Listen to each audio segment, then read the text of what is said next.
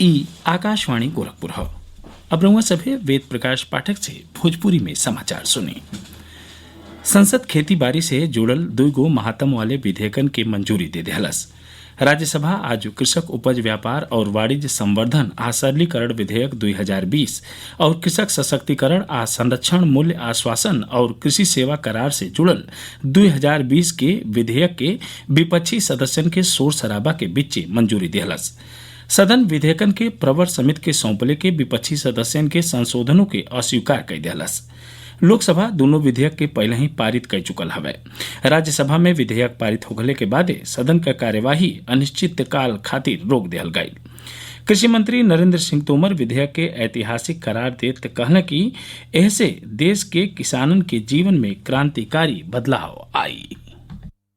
ये दोनों बिल ऐतिहासिक हैं और किसानों के जीवन में क्रांतिकारी बदलाव लाने वाले हैं। इस बिल के माध्यम से किसान को अपनी फसल किसी भी स्थान से किसी भी स्थान पर मनचाही कीमत पर बेचने की स्वतंत्रता होगी। इन विधेयकों से किसान को महंगी फसलें पैदावार करने का अवसर मिलेगा। मुख्यमंत्री योगी आदित्यनाथ आज संसद से पारित भइल कृषि सुधार विधेयकन का स्वागत करत कहना कि ये विधेयक कृषि क्षेत्र में पुरहर बदलाव ले आवे वाला साबित हुई हैं। वहां के कहने कि ये पूर्ण रूपेण कृषकन के हित में हमें ऐसे किसानन के आय में कई गुना बढ़ोतरी हो सकी। श्री योगी कहना कि ए विधेयकन के पारित भइले से कृषि उपज का कुशल पारदर्शी बाधा रहित व्यापार और वाणिज्य के बढ़ावा मिली। ऐसे किसानन के बिक्री और खरीद खातिर पसंद का भी स्वतंत्रता हुई। मुख्यमंत्री कहना कि प्रदेश सरकार किसानन के कल्याण और उनके आय के दोगुना करे खातिर कृत संकल्पित हो और ए उद्देश्य के पूरा करे खातिर राज्य सरकार प्रधानमंत्री के मार्गदर्शन में लगातार प्रयास कर रहा हो। कृषि और किसान कल्याण के दिशा में उनकर सरकार कई गो नीतिगत कदम उठौले हवे। देश में पिछला 24 घंटा में कोविड महामारी का सबसे बेसी 12,06,000 नमूनन का जांच कल गई।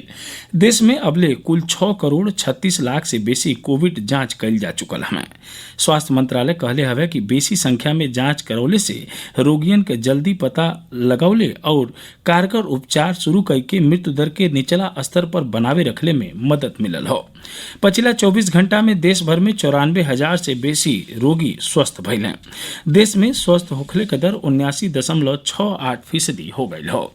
कुल 43 लाख से बेसी कोरोना रोगी इलाज के बाद ठीक हो गई न। केंद्र राज्यन में कृषि मंत्रालय के पराली प्रबंधन के मौजूदा योजना के प्रभावी ढंग से लागू करे के कहले हो। प्रधानमंत्री नरेंद्र मोदी का प्रधान सचिव डॉक्टर पीके मिश्र राष्ट्रीय राजधानी क्षेत्र दिल्ली में वायु गुणवत्ता में सुधार खातिर गठित उच्च स्तरीय कार्यबल के बैठकी में कल ये निर्देश दिले। वहां के कहने की राज्य सरकारन के सुनिश्चित करे के चाहिए कि चालू बरिस में फसल कटाई और सर्दी शुरू होखले से पहले किसानन के नया मशीन उपलब्ध करा दिया जाए। कृषि मंत्रालय के इस संबंध में सज्जो आवश्यक सहायता उपलब्ध करावे का निर्देश दिहल गयल हो।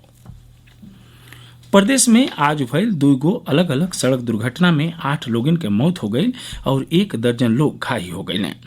अयोध्या जिला के रौनाही थाना इलाका के सोहावल चौराहा के लगे आज भी नहीं भइल एगो सड़क दुर्घटना में टेम्पू सवार 4 जने के मौत हो गई जबकि 9 जने और घायल हो गए।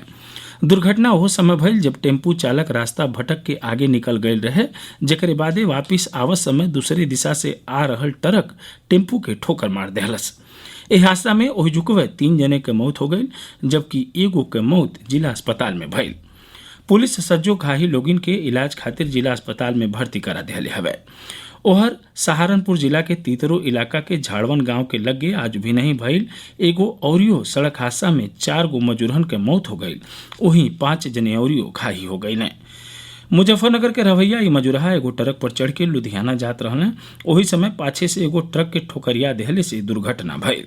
घायल मजूरन के इलाज खातिर जिला अस्पताल में भर्ती करा दिहल गयल हो। मुख्यमंत्री योगी आदित्यनाथ सड़क दुर्घटना में मारल गए लोगिन के प्रति ढेरे शोक जतौले हमें। वहां के घायल लोगिन का बढ़िया से इलाज करे का निर्देश दिहले। कौशाम्बी जिला के पूरा मुफ्ती थाना इलाका में आज नहा रहल 3 गो लइकनिन के डूब गईले से मौत हो गई।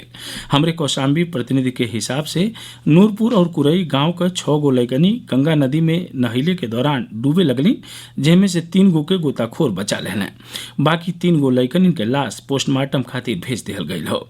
बचावल गई लइकनिन के इलाज बदे जिला अस्पताल में भर्ती करा दिहल गईल हो। एकरे साथ ही भोजपुरी समाचारन के बुलेटिन पूरा भइल। नमस्कार।